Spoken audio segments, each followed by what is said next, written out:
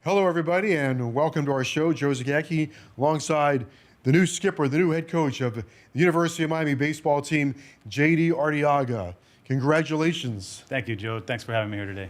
How does that sound, being the skipper, the manager of the University of Miami baseball program?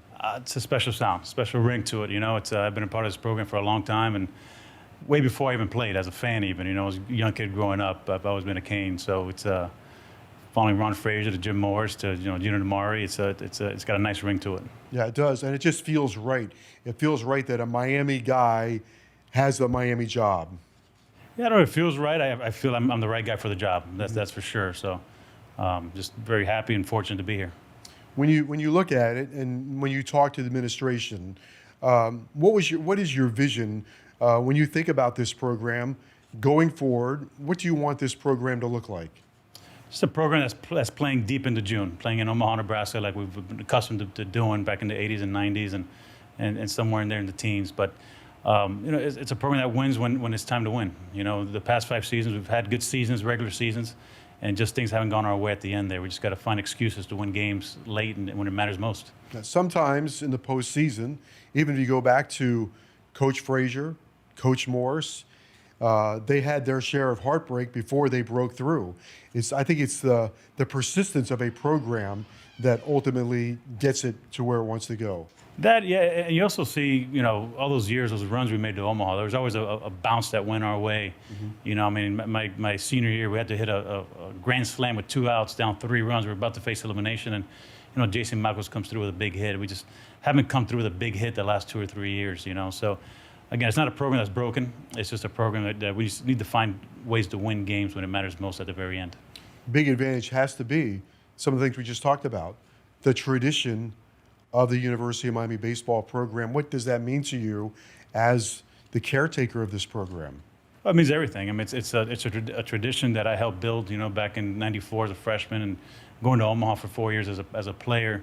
It's a tradition that means everything. It means everything to me. And the alumni's kind of their success have paved the way to where we're at today, and hoping to move forward, and they come along for the ride and the future success of the program. Tradition is always important to a fan base. How do you make it important to young players? Having alumni around more often, bringing them around the program, just being part of it all, right? Coming out and talking to the team and how they did things back in the day. And I mean, the game has changed, but what you need to do to win hasn't, and just going back and just telling some of their stories and how their backs were up against the wall. It's important. I think it's important. It's people think it's easy to get to Omaha, and it's really not. So just hearing some of their stories and what it took to get there, I think is very important. So when they find themselves in that situation, they say, well, you know what, the '82 team had to go through this. We got this. We can do this. So it's very important to bring those guys back. Do you know the things that you want to stress in terms of mentioning winning? Sometimes it's the small things. What are the things that you think you'll stress to your program in order to continue that winning legacy? It's mental toughness. It's we like to plan things out and we think life's going to go exactly as planned, but it never does. We're always where we're supposed to be at that moment, right? So you go into the game with a game plan, you prepare for a team in certain situations, but just got to be ready to adjust, and that's part of mental toughness. Whether it's the weather, whether it's the time, whether it's a delay. I mean, it could be anything. The lights could go out. I don't know. It's happened. It's all happened before. But it's about having a mental toughness, is going out and finding a reason, finding an excuse to win ball games.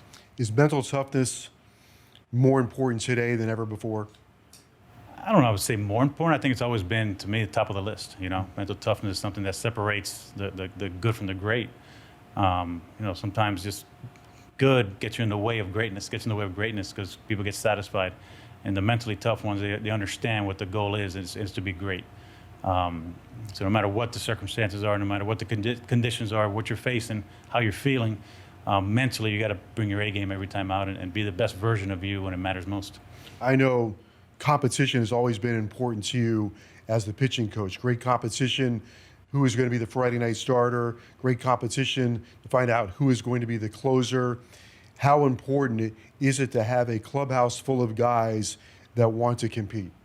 Well, you got to love to compete, not want to. Everybody wants to, but then once they're placed in that situation, they're not sure how to do it. It's got to be a passion and love that part of the game, but that part of life. Competing for whatever you want to, you're trying to attain. But that's something that I'm not saying you're born with, but a competitor loves to compete no matter what. If you're playing a video game, if you're playing chess, if you're playing a baseball game, it doesn't matter. You love to compete. You love that high that you get from competing and trying to beat your opponent. So it's something that from the very first day, the more you compete, the more you learn how to do it, the more you learn how to succeed in it. And it's something that starts the very first day of the fall. Whether it's, like you said, competing for a position or just competing in different events that we put together for the guys. You got to learn to compete from day one. Having that sense of competing, is that the one of the foundations that you want of this program? It's a foundation I want to continue. It's always been part of this program. Yes, we have some big names that have great careers in Major League Baseball. From the Ryan Brauns to the Alex Coras to Danny Graves and Alex Fernandez. There's a lot of those, but there's a lot more. I guess J.D. Arteagas out there that weren't the most talented, but just love to compete. They love to win, and always found a way to win. It didn't matter, pretty, ugly, smooth. It didn't matter. You just find a way to win at the end of the day. Along those lines, speaking, there are more J.D. Arteagas out there. That gets us to recruiting. Not everybody's going to be a number one draft choice. Some guys are going to come out of high school. They're going to develop. Everybody has dreams of playing in the major leagues. When you send your crew out to recruit, what is it that you're looking for? Well, the eye test comes first, right? I mean, the talent has to be some talent. But at the end of the day, when it comes down to making decisions, it's important to get the right guy, not the best guy, and get the right guy that fits our mentality, our focus, what our program is all about. Whether it's just a well-rounded, competitive person. I'll take the guy that's maybe 20% less talented than the other guy, but is willing to compete and work to get better every day. One of the things about this program, one of the great things it's always had is Mark Light Magic, right? So that's going to be on your side in your back pocket, Mark Light Magic. Yeah, it's a special place, it's a special community, special city. Unless you're from here or lived here, you really don't understand it. As a matter of fact, most people fear it. Looking from the outside in, but it's a place that I never imagined myself being anywhere but Miami. It's a special place, and yes, when it's rocking, man, it's a tough place to win. Along those lines, for the opponent. Yeah, and along those lines in recruiting, right? You think about Mark Light Magic. You think about the great alumni that you already mentioned. If you want to compete at the highest level, you're going to have great competition here to get on the field. Great competition in the ACC, and then of course. You bring that all together with the legacy of this program of all the years going to the World Series and all the years of playing in regionals and super regionals. It's not for everybody, and that goes back to getting the right player, not always the best player on the field. It's the right guy with that mentality. Ron Frazier did an amazing job here, right? He built this program and won 2 national championships, but you could say from 1994 to 2001 was the highlight of this program. I think they went 8 out of 9, College World Series, won 2 championships, was runner-up one other year, but it was 2 great seasons, and the rest are okay, because over here all that matters is winning a championship, and you got to have the mentality. You got to be willing to come into that. You got to be willing to accept the expectations that come along with wearing this uniform. Why do you think college baseball is more competitive today than ever before? I think there's more possibilities for high school players, more schools, to be seen with all the summer travel teams and tournaments that there are. I think the investment from mid-majors or just more schools in general to baseball. There's just more opportunities. The draft being 20 rounds now instead of the unlimited rounds, right, which back in the day, and they went down to 60, then 40. There's just more opportunities, more places to play. You have great competition in this league inside the ACC. It is. It's again, you go back to the mid '90s, and who was Duke, who was Virginia, who was Virginia Tech, the schools we wouldn't even heard of, or not in baseball anyway. Now they're perennial, Omaha teams. So they're competing for one of those 8 spots. And every weekend is you better show up and play every weekend in our conference, or you're going to get embarrassed. And again, that's if you're a competitive person and you enjoy that, then it's the best place to play. I know your routine on game day. I know how much you study hitters prior to a game. I know how much time you spend in the dugout watching the other team. I know how focused you are during the game, watching and analyzing your pitchers, but also the strengths and weaknesses of the hitters. Now you are the head guy, you're the manager, over one step. How do you think that's going to change? What changes for you? I don't think maybe what I'm focusing on is going to change, but my like you said, my routine going into it is not going to change. I believe in preparation, and you prepare for your opponent. You find out what their strengths, what their weaknesses are. You kind of get an idea of what they're going to try to do, so you can counteract that. But that's not going to change. Now I got to look at their pitching and their lineup and their hitters and their defense and what they like to do in certain situations. Where before I just focused on their hitters and our pitchers, now I just got a little more broader spectrum. But it's not going to change as far as my preparation and my want and my need to be ready each and every game. You are laser focused, and so I think maybe that will also, sometimes they say a team reflects its manager or its coach. You're laser focused. I suspect you'll have a laser focused squad. You hope so. You're right. They do take the characteristics of the head coach, and look, I'm a guy when it's time, business time. I'm all business and I'm all focused, but I'm also gonna have a good time doing it. It's baseball's a game, and you got to enjoy what you're doing. You got to make it to where you want to go to the park every day to go to practice and go to work, not where you have to go to practice every day. We're going to work hard. We're going to do things right. We're going to be focused. We're going to be prepared, but we're going to have a good time doing it along the way. How about your staff? You put together your staff. Talk to us a little bit about the guys you brought in and why this staff is the right fit for you. Well, the first hire that I had was Las Gutierrez, and it was a big hire because I recognized I have to give up the pitching, right? I mean, right. I know better than anybody. Pitching is a full-time job, and it's impossible to be the pitching coach and the head coach and do all the things that are involved off the field as a head coach.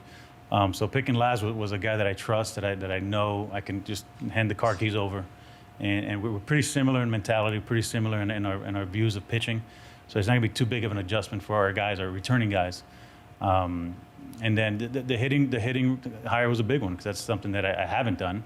Mm-hmm. And Darren Fenster was the guy that checked off just about every box that we were looking for, with the hitting background, the defensive background with infielders and catchers, and he's been a base running coordinator in professional baseball. He's worn a lot of different hats, and that's kind of what I was looking for, someone that can really be well-rounded and cover a lot of things. And then we brought Jonathan Anderson up from player development to recruiting coordinator and outfields coach. So a guy that probably is the biggest Hurricane fan there is. Kid that grew up in the stadium and grew up even when he played at Duke and coached at Dartmouth. I think pretty sure he was wearing the orange and green underwear underneath. So I'm just a big fan that just understands again what it means to play here and what the expectations are. And he's our recruiting coordinator, and he's in charge of coordinating the staff to getting to the right players, making good decisions. You lost some guys through graduation and or draft and guys that moved on, but your roster is almost set, right? How do you feel about your roster? And it's very early, but what are some of the things that maybe stand out for you? It's early. I think it's talented, but it's young. You're right. Anytime you have a lot of turnover, we lost a lot of offensive firepower from last year's team. 3 out of our 4 infielders. We got our catcher back that we thought we might lose. But it's a talented group that's coming back or coming in. And pitching, we got our Friday night guy coming back, and Gage Zeal. We got to replace a closer, which you don't really replace a guy like Walters, but we got more than enough capable guys to fill those roles and have a very good staff. We started our conversation about maybe this being a dream come true for you. Grew up here, went to high school here, obviously went to college here. You have deep roots in this community. Does it feel good to know that I think the community is rooting for the local guy? The community is rooting for you. It feels good, but I also understand the task at hand. And if we're not winning, that same community is going to turn on you, right? And again, it's the expectations, and I wouldn't have it any other way. I don't run from it. I run to it, and I love that's the part about it that excites me the most are those high expectations and are the keeping up with the history that has been built before me here as a head coach.